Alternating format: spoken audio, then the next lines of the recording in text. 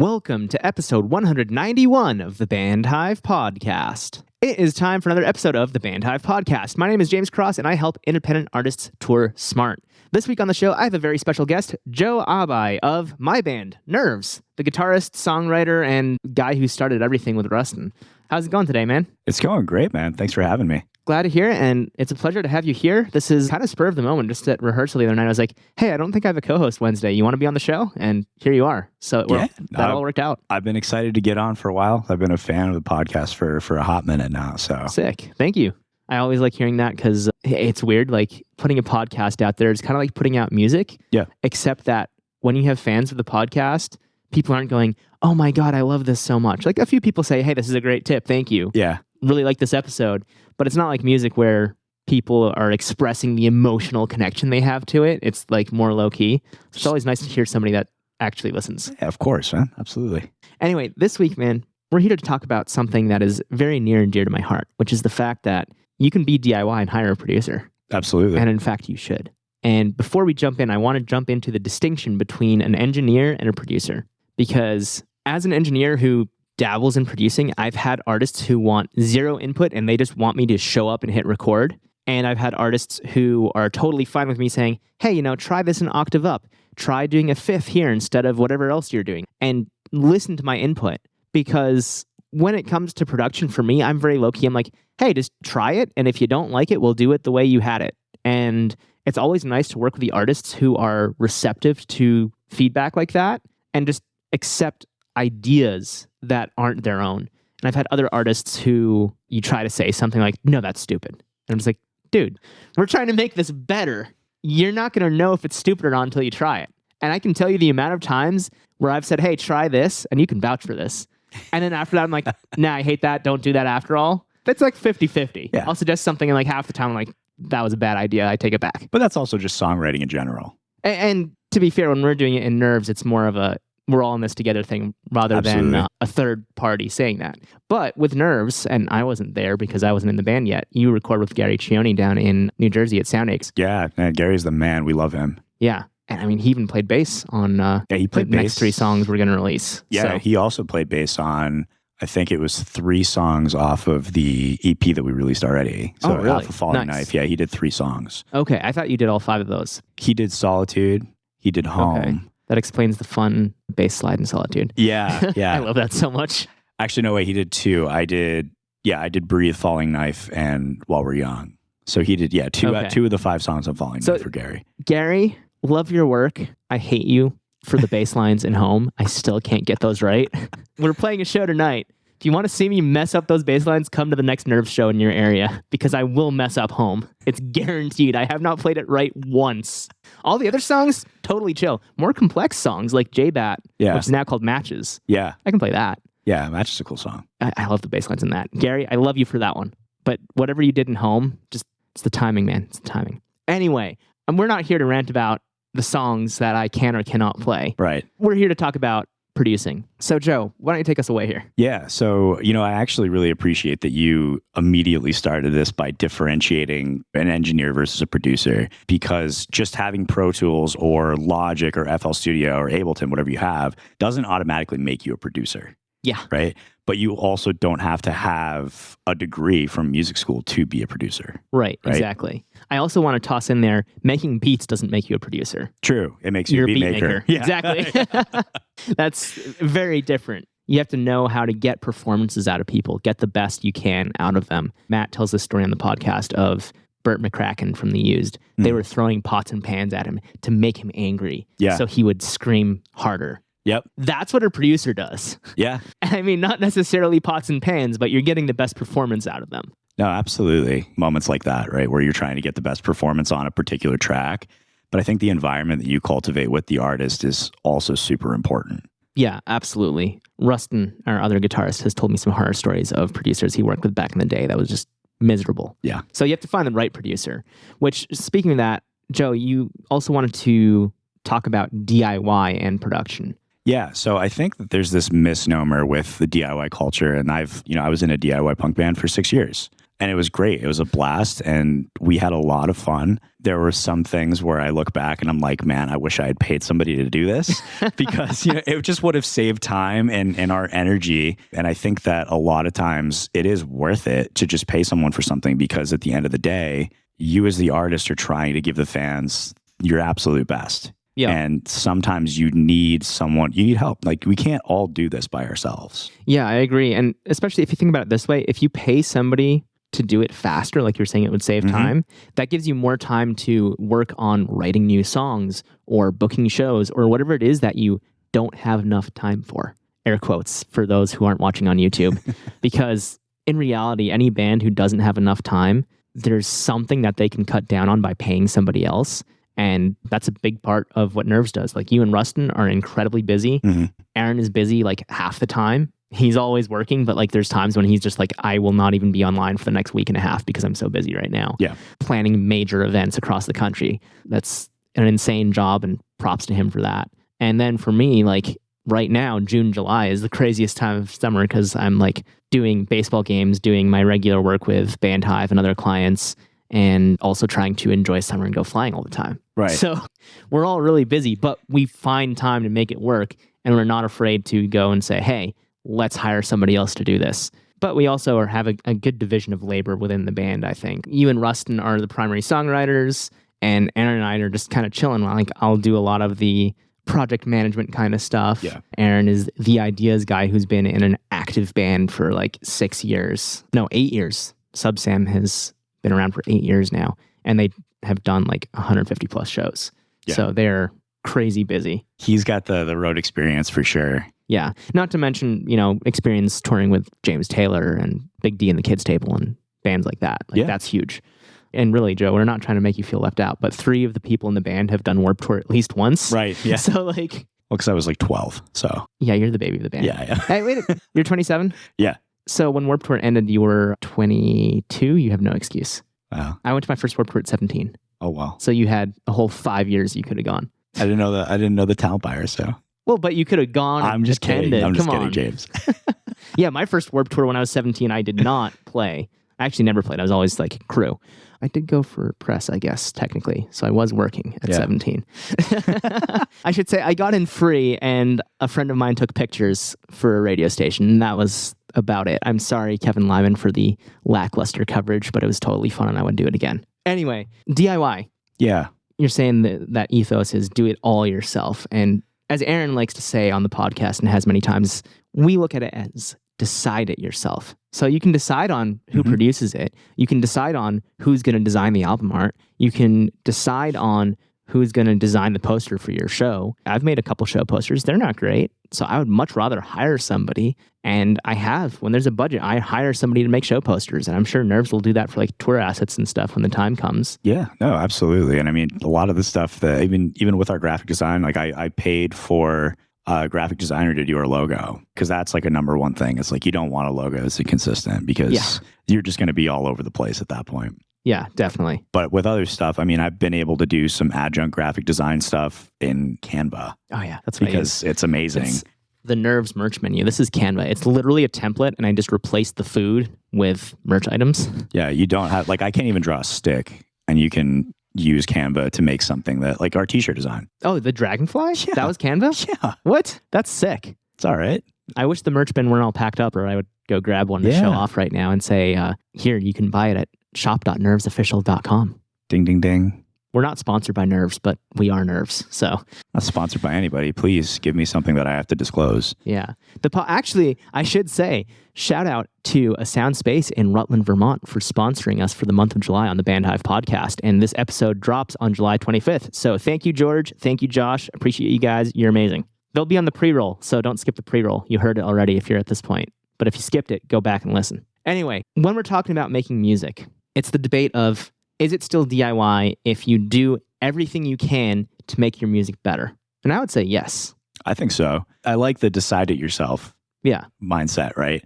Because you're still making, you're not on a label. There's nobody who's saying you can't put this out. Yeah, you don't have management. And one thing I should say about management is, in a good, healthy management relationship, management comes to you with ideas and they do things for you, but it is still your decision in the end. If management is telling you, no, you can't do that, or yes, you have to do this, that's not a healthy management relationship. Now, sometimes there'll be stuff where it's like, hey, you committed to this, so yeah, you have to do it. But at that point, it's not a decision. It's a, hey, you decided this months ago and backing out now would be a really bad idea. So you have to do this. Versus them saying, hey, you have this opportunity, you're doing it without consulting you. There are ways to still be DIY and have management. But once you go beyond that point and you have a label, I think that's where it kind of drops off, depending on the label. Like if it's a distro deal, basically, that's not really being signed to a label. That's like you have a distro deal, which is really beneficial in many cases. But you're not signed to a label. They're not telling you, hey, this is your brand. We're going to put you on tour with these bands, all that kind of stuff. And I think with DIY too, some people view it as an all or nothing thing. Oh, yeah, which is ridiculous. It's really a spectrum. It's like, how DIY are you? Yeah, right. Exactly. And you know, I love to reference Enter Shikari on this show. And this is not at all what the song is about, as far as I know. I think it's about religion. But they have a song called The One True Color, where it's talking about how like one kid was taught red and one kid was taught blue. And that was the one true color that their parents taught them. And they were taught to ignore the spectrum. Fits in exactly with what you're saying. Like somebody's taught DIY is red and somebody else is taught DIY is blue. It's like, no, whatever DIY means to you. I don't think anyone should go out there and say we're going to do everything ourselves, because I have honestly almost never heard a good self-recording. I don't even record nerves, and I wouldn't want to. Yeah, I wouldn't want to do it either. First of all, just because Gary is so good at what he does, especially the new 3 songs got mixed by a really cool dude named James Paul Wisner, and he worked with Paramore and Under Oath and a bunch of amazing bands, and they sound so sick. I'm really stoked. But also just when you're producing within your own band, setting aside the fact that I don't have as much experience as Gary or James, you're lacking that third-party outside perspective. And that's what a producer is so beneficial for. And I will say it publicly, the latest AFI record, Bodies, I hate it because the production is objectively bad. It's not even a taste thing. It's like, it's not mono-compatible. A lot of the guitar work is just not great because they didn't say, hey, get a bunch of different takes so we can make this stereo. They faked it. And guess what? It was self-produced by their guitarist.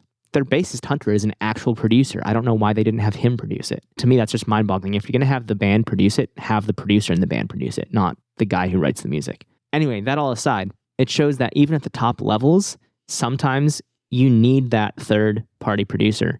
Now, one exception, going back to Enter Shikari, their latest 2 albums have been self-produced by the singer, and they're phenomenal. Like their latest album was #1 in the UK. That's amazing. The issue is they still have the spark. They have the energy for that, and other bands don't. Shikari still has the passion for it, and you can tell in everything that they do.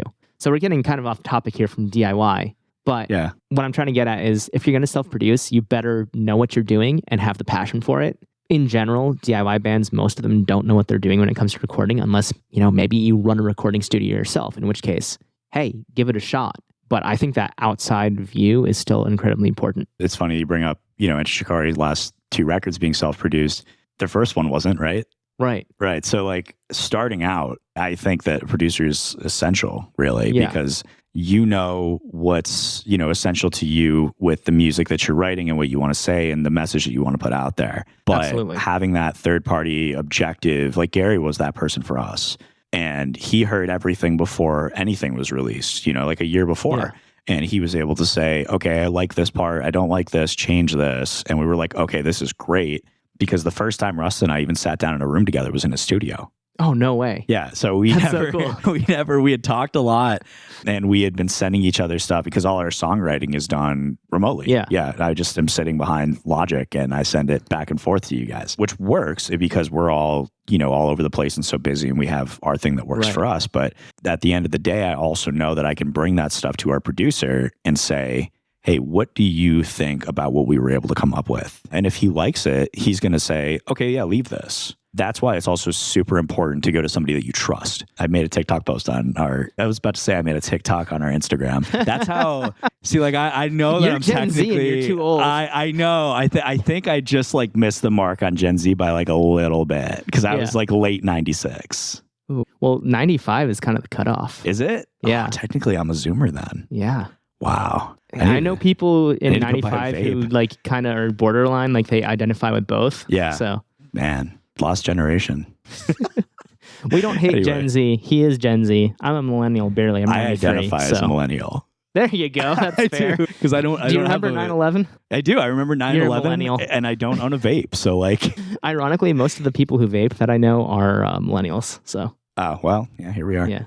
Anyway, this is also Joe is the one non-straight edge member of the band. Yeah. So it's there really have been interesting. memes, there have been reels and Yeah. TikToks. And if you follow us on Instagram and TikTok, you'll see them. Yeah, it's nrvs.official. Oh yeah, when I shouted out the merch store, I should mention Nerves is NRVS. So it's shop.nrvsofficial.com. That's shop.nrvsofficial.com. That's the radio voice. I was in radio for like 5 years. Why do you have the radio voice and I don't? That's not fair. Puberty, man. I'm 30. But yeah, anyway, Getting back on what were track. we saying? Oh yeah, I think I made a TikTok about this. It was, using the producer that you trust. Like I have a lot of trust in Gary because I know what he's done, both personally with his own music and the music that he's produced. And it's killer. It sounds amazing. Yeah. So I'm like, if I like the stuff that you're putting out and I bring you my songs and you say, hey, change this part, I'm going to trust what you say. Yeah. Didn't he have you rewrite or write from scratch a bunch of songs in the studio? He didn't have us do that. I did that actually because I had a bunch of demos that he hadn't heard yet. And we got to the studio and I sat down and I was like, Rustin, I hate these songs. And he was like, okay. So we just stayed up all night and rewrote stuff. And then, because I was like, I don't want to show him something that I don't think is good. Which brings me to another point actually is, even if you have a producer, they're not going to magically make a commercial song for you. You have to bring them the best possible thing that you can, and then that'll elevate up from that point. You can't just show up with a pile of dog shit and expect that it's going to be the greatest song in the world if you bring it to a producer. You've got to have something solid. Yeah. Which is why I did that. Yeah, so no diarrhea. Exactly. Well, and here's the thing with that, I think. You need to make it the best at every single phase. Because I think it's a military thing. It's like the weakest link in the chain is what breaks. So if your songwriting is terrible, nothing after that is going to be good. Mm-hmm. Maybe you have great songwriting and a great producer, but you send it to a terrible mix engineer. It's not going to be good at that point. It's going to be ruined. Maybe your mastering engineer is terrible. It's going to be ruined, even if the mix, the production, and the writing were all great. Every single phase of the process has to be exquisite. And that includes your marketing after the mastering process is done, like your full release. Marketing is so important. We should talk about that in a separate thing too. We should. Yeah, because that's a whole... Like the bands who are just like, new song dropped today. And that's it. Like radio silence until they announce a show 3 months later. Link in bio. Yeah. Like it's so bad. And to an extent, we kind of did that with the EP. But at the same time, we had dropped all 5 songs and we already had 3 new songs on the way. So it's kind of like, hey, here's the full collection. So you can listen to them in order rather than streaming singles on Spotify. They were already out. And it was, unfortunately, an afterthought. We also had those songs recorded and we knew that we had better stuff coming. So we were like, oh, you know what? Like, yeah, these are good. Like, they're fine. Dude. I like the songs. Why wasn't that the name of the EP? What? Better stuff coming. No, big things coming, dude. Big things coming. Oh, yeah. Yeah. Nerves, Meme big it things up. coming. Yeah. That's actually a song title right there. Big things coming? Yeah. Man, we should do that. Be good. Shout We're out not every Blink-182 though, we promise. Shout out every local band in the entire universe. Oh yeah. The big things coming post with 2 likes on it after like a week. I'm one of those likes. Okay, that's because I fine. posted it. Yeah, and I switched my Instagram over and liked it on my personal profile. For real though, you've been killing it on Instagram lately. Hey, I appreciate that. And TikTok. But I saw like we have over 5,000 views on one. That's for a band with like 300 followers. Yeah, that's good. We cracked 7.5K on one the other day, and I was pretty happy about that. The algorithm can be kind or it can be brutal. It's fickle.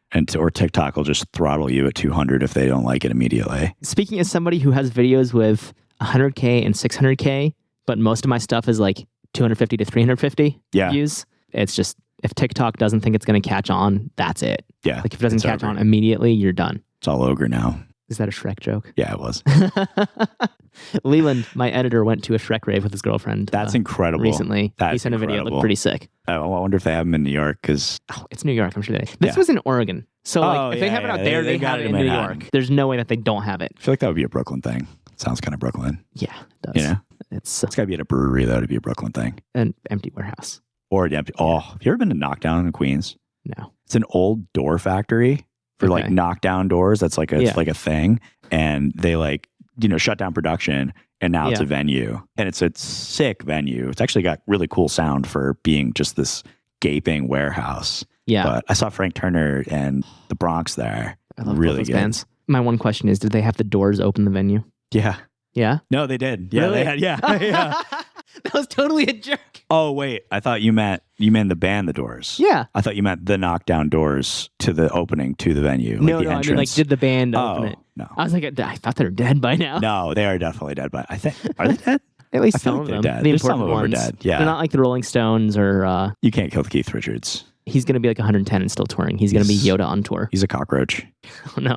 I love the Rolling Stones, but he's a cockroach. You can't kill him. Yeah. So to get back to the topic, though. Oh, yeah. You have on our list here, these days songs blow up on TikTok before an artist even tours. We're getting there. We're trying. We're working on it. It's harder, I think, in the smaller niche because like a lot of the songs that do blow up on TikTok, and like if somebody heard you say that, especially in the DIY scene, they'd be like, oh, okay, yeah, whatever. I'm not using TikTok. I hate you. Yeah, I was going to say, we first have to convince the DIY artists that TikTok is a thing you should be on because they won't even post a show flyer on Instagram until like the day before the show. Ouch. No, I'm not talking about you. I know. I'm just kidding. I've worked too many shows with DIY punk bands who think it's cool to not promote shows. They're like, oh, we're just going to show up, and like the day before they post the flyer once. I'm like, That's guys, frustrating. you've known about this for a month and a half. Post it on your Instagram. Yeah. You posted other stuff. Why didn't you post this one? Yeah. Like that. Honestly, that's just rude because then the venue sees that you're not going to promote, and they're like, oh, well, no one's going to show up. And maybe people do, and maybe they don't. Right. But you need to promote that because the venue's not going to have you back if you're not at least putting in the bare minimum. Yeah, they're not just being nice to you by letting you play. Like they're hoping that you make them money. Yeah, That's the point of the show. And it's so easy. Like I've heard horror stories of bands saying, yeah, we'll bring 30 people and then bring 2. Yeah. And like that band is never coming back to that venue. But what's more is most people who book shows locally talk to each other. Like there was a band who we're not going to name on the show, but literally they were just total jerks. And so they're not coming back to the venue I do sound for. And a friend of mine has booked them for like next week as of the time of this recording. Oh, no kidding. And so I sent her a heads up and she's like, oh, well, I've worked with them before. They're super friendly, but okay, thank you. And then a couple of days ago, a friend of mine sent me a message on Facebook and was like, hey, by the way, we played with this band at a different venue recently, and they were also jerks to the sound engineer there. Yeah. So it's like, okay, now it's a pattern. And I sent that a screenshot with no names to my friend, was like, hey, looks like it's a pattern. You might want to be cautious around these guys because there's no space for that in the scene. And I don't think they really promoted it either. I didn't look too closely. It was a different band that only posted one day before. But either way, like people in the scene talk, and if you start getting blacklisted from venues before anyone even knows you, no one's ever going to find out about you because you've been banned from every show in the area before you even got your feet wet. Yeah. That's just terrible. Talk about shooting yourself in the foot. Yeah, you know? Exactly. And it's so easy to just not be a jerk. So easy. Especially in smaller scenes too. Like you said, people talk, but also those people will support you if you're a cool person and you have good music. Yeah. Even if that's not necessarily their bag, you know, they'll still come out. I mean, that's literally nerves right now. Yeah. Like our number one fans are all just friends who like we've roped in. Most of them actually seem to like our music, which is really nice. Yeah. No. But others are just along for the ride. Everybody's a potential fan, right? Genre's dead. Yeah. Genre's dead. Sleep Token killed it. No, it was dead. I know there's a lot of people that hate Sleep Token out there, but I love them. So I don't understand the hate, to be honest. I don't understand it either. They're cool. Like I'm not a huge fan, but it just doesn't make sense. I feel like it's people hating on Nickelback. They just did it because it was cool. Probably. I don't know. It's all those like Facebook groups that I'm in. Yeah. But to kind of harness this back in, we're talking about you're going viral on social media, you're promoting on social media. It's going to be a lot easier to promote if your stuff actually sounds good. Yep. If your stuff sounds terrible, people aren't going to like it. And I've seen things go viral and I just listen, I'm like, this sounds awful. But those are like the one-hit wonders. They go viral because it's funny or relatable in some way, and they try to recreate it and it just falls short. It's so bad. Yeah. But if you have something that's good and you go viral and then you follow it up with something else that's good, Magnolia Park is an amazing example of this. Mm. Like everything they put out is so good. Now, I'm not a huge fan, but I love what they do, and I love that the energy that they exude is so good and so positive. And I should say, the reason I don't like it is it's just not really my jam. Like that style of pop punk is not my thing. But I think it's really cool that they're breaking boundaries and becoming quite successful with it. Absolutely. All props to them for that. And I think that a hesitancy that a lot of people have with TikTok specifically is a lot of the songs that do blow up are like, they're kind of like bedroom poppy, or they're like a little bit more folk or something. I don't know if you ever heard the If I Were a Fish song. I don't think so. It's a great song. My girlfriend showed me. That's awesome. Nice. I'm thinking of the Coffee song by Biba Doobie. And it's like, come stay with me, I'll make you a cup of coffee. Da, da, da, da. Okay, it's like over ukulele. It's super low chill. But that kind of thing, right? Or like lo-fi music, right? And that like launched her career, and now she just toured with Paramore. She's like 20. Yeah. I don't know how many shows that they played before they toured with Paramore. Oh, a lot. They were touring the UK. They did the US multiple times. Okay, so they were touring and stuff. Yeah, they were doing like headliners and like 1,000 cap rooms and that kind of stuff, which is really good for them. She's from the UK. Okay, or somewhere in Asia, I think originally, but like lives in the UK. And the first I heard of her actually was we had on an episode almost 2 years ago, year and a half ago, her tour manager on the show. Oh, no kidding. And I was like, oh, that's really cool. Talking about touring for DIY bands, and I hadn't heard of her, and all of a sudden, like a few months later, my friend posts like this music video. I'm like, oh, like this is really good. This is blowing up. Yeah. And I'm like, wait, that's her. That's like the guy who was on the show, which let me look up that episode for reference. That was episode number 107, 13 years on the road. Nothing is impossible. Tour manager, Jack McCutcheon or McCutcheon. I can't remember. I'm so sorry, Jack. I don't remember how to say your last name. But yeah, Jack's a super cool dude, runs an entirely green festival over in the UK. Oh, that's cool. This is totally sidetracking. You know how Muse has said they're not going to tour until they can be completely carbon neutral? Yeah. Their team hit up the company he works for and was like, you have a carbon neutral festival? Tell us how to do this for our tours. That's amazing. Props to Jack. Great guy. Does some really amazing work. Episode 107. You can find it at bandhive.rocks/107, and you'll hear that mention of Biba Doobie and a bunch of other cool artists that he's working with. So, yeah, talking about artists blowing up and like now opening for Paramore. Yeah, so I think people misconstrue TikTok a little bit. And I mean, I've had my own share of frustrations with the platform. It'd be hard to find people that haven't. But it's not only bedroom pop that blows up on TikTok. Like there are niche markets on there. I've heard of Bad Omens now because of TikTok, who I don't really know their stuff that much, but they've been all in my face on my feed. Oh yeah, because I think they toured with Lorna. I can't remember. I think Lorna opened for them. Really? Okay, see, dude, Bad Omens is huge. That's how little I knew about this band. I'm looking it up. Bad Omens, Lorna Shore. Spirit Box. Oh, wow. Is Spirit Box headlining? Wait a second. That's a huge. This got to be a festival. Or is this some random person just tweeting about things they like? Just a tweet. Whatever that is I think the video I saw. They definitely look like headliners in this picture. Anyway, that's sidetrack. That's funny. Bad Omens, they're huge. And the power of TikTok is amazing. And especially with like older emos or elder emos as we're called, everything's making a comeback. And I think a huge part of MyChem's huge resurgence is social media and their breakup too. When they broke up, they were doing large clubs. They came back, they're doing arenas. And I love to use the example that AFI, they were doing large clubs at the same time. Now they're doing small to medium clubs. And I shouldn't say small, medium clubs. And on the West Coast, they're still doing large clubs. But like when I first saw them here on the East Coast, they were doing anything from like 1,600 to 4,000 or 5,000 caps. I was gonna say, I saw them open for Green Day on the 21st Century Breakdown Tour. Oh, that was such a good show. Yeah. I saw the Mansfield date of that in Massachusetts. Oh, okay, gotcha, yeah. Yeah, that was the year after I first saw them. And then now they're playing like 1,000 cap rooms on the East Coast. New York, maybe 2,000. Like Boston, they did Royale, which is 1,000 cap. Yeah. First time I saw him in Boston was 2,500, House of Blues. I saw him at Roseland Ballroom in New York, RIP, back in 2009. I think that was like 5,000 cap, maybe 4,000, but huge. Now they go to New York, they do like Terminal 5, which is probably like 1,700. Pretty solid size venue though. It's a large club, but it's not a large club. Right. You know, they're not doing 5,000 anymore. You know, if they had gone away like MyChem, maybe they'd be doing arenas now. I don't know for sure, but MyChem went away and then came back stronger. AFI never went away and released several not so great records, and you can tell.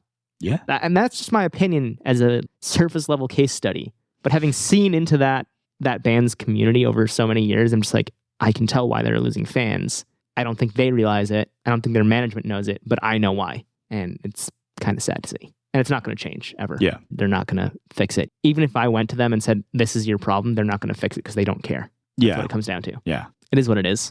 here I am sidetracking again. No, it's all good. We're talking about bands we love. It's hard not to. I know. We're just nerding out, having a conversation, returning to AFI and production. Yeah. Like 2003, Butch Vig, Joe McGrath, Jerry Finn, Sing the Sorrow. That's amazing. Mm-hmm. Get yourself like $500,000 and do that if you can. I mean, Joe McGrath retired from recording, so you can't really do that. But you can still get... Oh, and Jerry Finn's dead. Damn it. I'm so sorry. You can still get Butch Vig if you live in LA. And have $1 million. He's mostly retired. Like, the only records he's done in the last few years are 2 Silversun Pickups records, which are both amazing. I love them. And Garbage Records, which is his own he did band. something with Garbage, yeah. Like, that's it. And like Silversun Pickups are literally his neighbors. They live in the same neighborhood. They're probably like, hey, you live down the street. Can we come over? Like, we'll pay you a buttload of money. Could you imagine living next to Butch Vig? I want to. When I went to the Big Sing the Sorrow show in March, I was hoping he would be there and I would be like, it's Butch Vig. Hi. Just wave at him. Just shake his hand. Hey. Thank you. Goodbye. I have nothing of importance to say to you. I just want to say hi. Yeah, exactly. I can't afford you to produce my band. It's fine. Yeah. That would be like the one guy we give up on Gary for. Oh, yeah. I don't even think Gary would be mad if I was like, Gary, we're going to have Butch Vig do this one. Yeah. Like, I get it. Yeah. See ya. Back to, producers and people that are coming up in the scene. Like Gary has been amazing. And I mean, he's been in the hardcore scene on Long Island forever. Yeah. I mean, he's in Crime and Stereo. It's sick. And then there's other people who are like on the opposite coast, like somebody I follow is Zach Tuke. He's a producer who's done a lot of gazy rock stuff, like shoegaze rock. Nice. Just like the Teenage Wrist. And then Heavenward is a new band from the old singer of Teenage Wrist that is just put out a new record. And I think Super Bloom in New York City, who I love those guys, they just did a record with him too. So he's just like been consistently pumping stuff out as well. Obviously there's other legends like Will Yip and stuff that are still on the East Coast. Gil Norton, looking at Pure Love up there. Yeah. You have to go to England to record with him though, I think. Yeah. So. But I guess that being said is like these producers are coming from scenes. It's not like, oh, I'm going to be a producer. Because some people do go to college for production, right? Yeah, it's the new guard is very much DIY at its core, at least in our genre. Yeah. Speaking of Gary and the other guys you mentioned, Butch Vig, Gil Norton, like they are musicians, but they are producers first. Yeah. Whereas people like Gary are musicians first, and then they just have an ear and became producers. Having the ear is really just like a huge part of it. And you're also going to become a better songwriter working with those people too, because they are musicians first, right? Yeah. You'll understand why they're making the decisions that they're making about your music.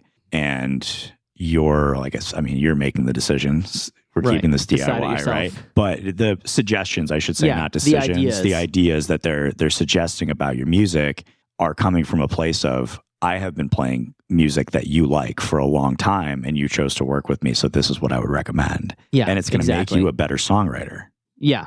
And I think the other thing is you want a producer who's a good songwriter.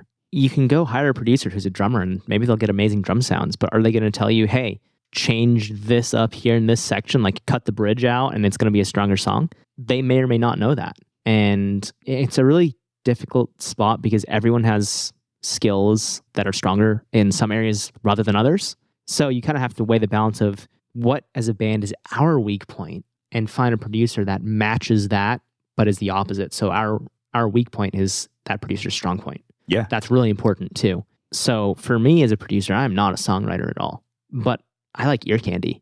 And I can be like, hey, this sounds good. Add a little discordance there. No, maybe not. Like, make this resolve, that kind of stuff. That's what I'm good at. So if somebody brings a great song to me, I can be like, cool, do this, do this, do this. Done. You have a killer song. But if somebody's not a great songwriter and they bring it to me, I'm just like, I don't know. Like, what do you want me to do with this? It's a bad song. Yeah. Don't record it is my advice. Right. No, exactly. And I mean, I know for me personally, like my biggest weakness probably was vocal production. I've recorded songs where I've sung before Nerves, right? But I didn't think about melody in the same way that I do now, which is like number one paramount is vocal melody. It's like the biggest thing. And so, because I've been a guitarist for how long? Right. My whole life. So like, I didn't really focus on songwriting for a long time because I kind of fell into that path of like, oh, I'm going to learn how to play shred guitar. Yep. This sounds sick. I love this. And it's like, yeah, I love how it sounds. I think it's dope. But like, it's 2023. Nobody wants to hear shred guitar anymore unless you're playing prog. I love very prog. True. I'm not trying to shit on anybody. I love prog music, but like, that's a very small niche as well. And I mean, you've got to be like a Tosin Abasi to be a legendary guitarist in that scene. Yeah, you have to be a true virtuoso. Yeah. Like, if you're not, oh well, then you're just going to be a crappy local prog band. Right. There's too many of those. Yeah. I also like prog, but there's too many bands who think they're prog and really they're just sloppy noodles. Sloppy Noodles. That's actually not a bad name for a prog band. I'm not going to lie. Sloppy Noodles. They come out and they have like ramen wigs. Yeah. We opened for Thank You Scientist at Higher Ground. Oh. And their guitarist, his name is escaping me right now. He's the nicest guy and he is just crazy. Yeah. He's so good. But damn, I wish I could play like that. Yep. Yeah, that was But a good show. I kind of switched off of trying to do chops a couple of years ago. And I was like, you know what, let me just focus on being a songwriter. And I'm glad that I've done that because like I haven't lost my ability to play fast stuff. Like I'll still learn like interval songs just to keep my chops up.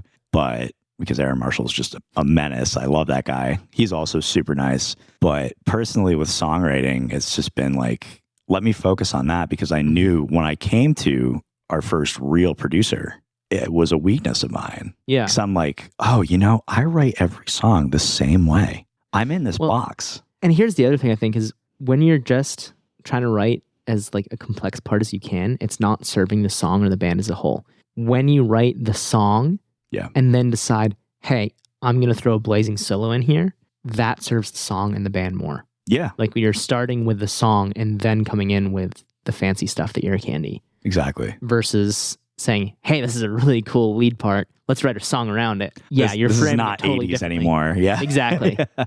Yeah. Which, man, that makes me think Andre McCara would be somebody really fun to work with. Oh, yeah? Just like for songwriting collaboration, maybe. Yeah. I mean, He's the guitarist of 8084, legendary like Vermont, New England hard rock band, and also has a studio up in St. Albans. oh, nice. Not saying we should go record with him, but maybe, hey, if we ever want songwriting partners. I'm Get a always down to legend like that. collaborate, you know? Yeah. Yeah. Because there's things you can learn from everybody. Right. Exactly. And that's the other reason to go with the producer that you trust is, Yeah. you know, I was coming back to this main topic of go work with somebody that and you're going to learn so much from somebody who's made music that you're a fan of. Right. Like that's a real thing you can do. And I think the issue of trust is really important too, because if you don't trust them, you're going to have so much more, not anxiety, but you're going to be against anything they suggest if you don't trust them. But if you trust them, you're just going to say, cool, let's do it. Let's give it a shot. Mm-hmm. And I specifically remember there was a time where I was working with a band. We were doing 2 full songs in a day. Signature Sound Studios down in San Diego.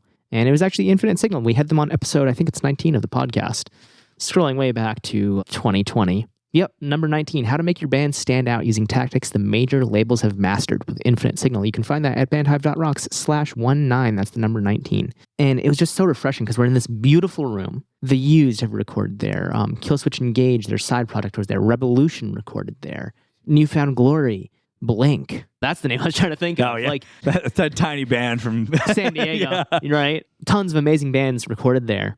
And we're in this room. I have the room for a day. I'm just like, yo, this is sick. Yeah. And we were crunched for time. We were like, hey, we're going to do 8 to 8. It ended up being 8 to midnight. Yeah, that sounds right. But it was just so much fun. And we're going through, I'm like, cool. You have this guitar part. Can you try this? Like, it'll take 2 minutes. They tried it and like, we love it. Let's do it. There are other production elements. They ended up not being the final versions of the song. They did an EP with another producer, but they liked the versions we had done so much. And they redid it because they wanted the whole EP to be cohesive. For sure. But they still released the 2 versions we had done because they liked it so much. And I'm really glad that they did because hearing the difference is night and day. The EP is a little punkier, a little drier, whereas the version I did was like literally there's a part where it's almost shoegazy. Yeah. So you can hear my influences as a producer. Whereas Absolutely. listening to the same track with the other producer, it's punkier. They have huge gang vocals, which I would have loved, but we literally only had like the 3-piece band and me and an intern. In 2 days. One day. Oh, 1 day. Whereas they brought in like 10 or 15 people to do gang vocals. I would Right. love to do that. But just hearing the differences where, you know, neither one is bad or good. They're just different. But the fact that your choice of producer can matter so much. Mm-hmm. I just was like, yo, this sounds sick. It sounds big. It sounds like we're in a cave. I love it. And it didn't sound like bad cave. It sounded like Good we're cave. just in a huge room and this is amazing. Like you're surrounded by the sound. And the other producer didn't go for that, and that's fine. But there were certain things I'm like, oh, he heard that in my version and did it again. I love that. I've done Mrs. Scanato, now known as Burn It Up. I did a live session with them.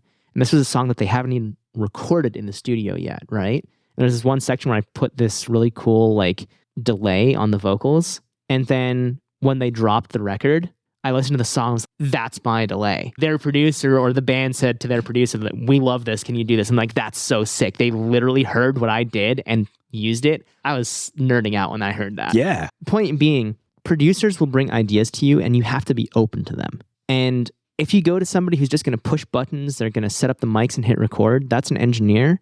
And it used to be that, you have an engineer working with a producer. Mm-hmm. The producer says to the engineer, this is what I want, and the engineer makes it happen. These days, it's combined into one role. So you want to find somebody who is a producer, not just an engineer.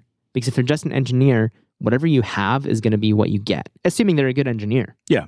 But if you have a producer, whatever you have is going to get at least 10 to 15% better, if not like 50% to 100% better. Absolutely. It really depends on what your input is. Like you were saying, Joe, it has to be good from the start.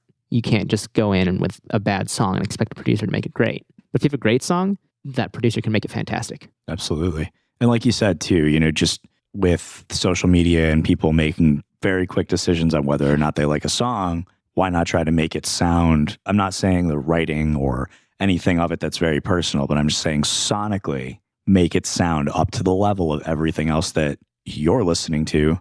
Also, put your music on Spotify.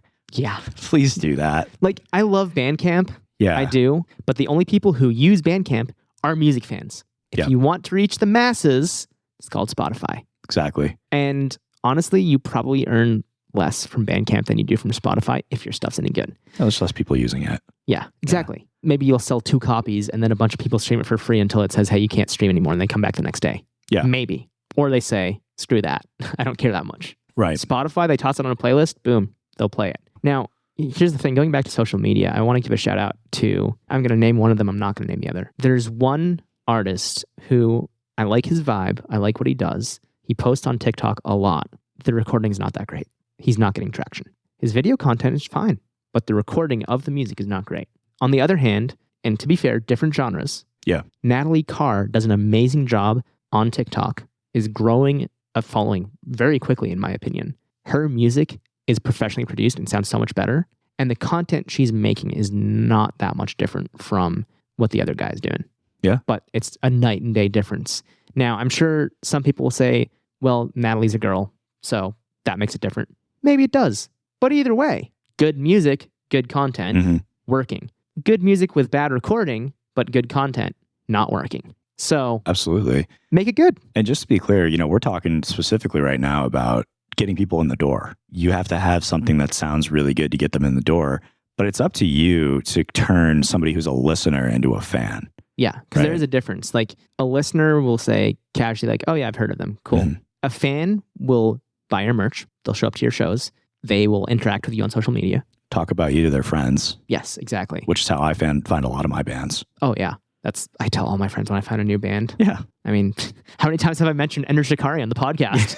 I've told thousands of people about them by now via the podcast.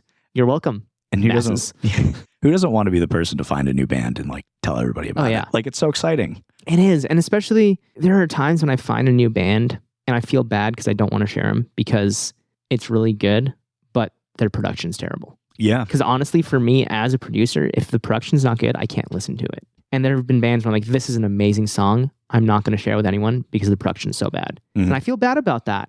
But if I'm not going to regularly listen to it, as amazing as it is, I'm not going to make my friends sit through that. Yeah. Especially if they're, engineers and musicians as well. They're going to know. Which is like 90% of my circle. So. Right. Yeah. But it's still all on you to make that fan connection. And that I think is like a big part of the DIY ethos too. It's like being present and being out there and talking to people and being like a good human. It's not necessarily under the definition of what DIY is, but I think being in the culture myself at one point, it's like, I don't know if I could technically consider myself still in the culture, even though we do a lot of this stuff ourselves. We basically do everything ourselves except the recording. Yeah, which I think people would probably call me out for that, but it's fine. Well, but we still are a DIY band. Yeah. That's the fact. If somebody were to say we're not DIY, I'd say, okay, we don't pull our pedals out of a tackle box or an ammo box or a tote bag. But you know what? Our music's objectively better. I'm sorry. And it's not often that I say something like that, but there's cases. Well, if you know, you know. You can be a DIY band and still have that presence on the stage where you walk in and people see you and they're like, oh, this person knows what they're doing. Yep, exactly. And who doesn't want to do that and have that presence of like, this is what I'm passionate about. And I spend a significant amount of my life doing this, investing my own money that I make at my job in this. Why would you not want that to be the best it could possibly be? Right. If you're spending money, spend it on things that make sense. Yeah. Don't buy that $5,000 guitar. Right. Buy a $2,000 guitar and spend $3,000 on a producer. Mic drop. Yeah. Cool.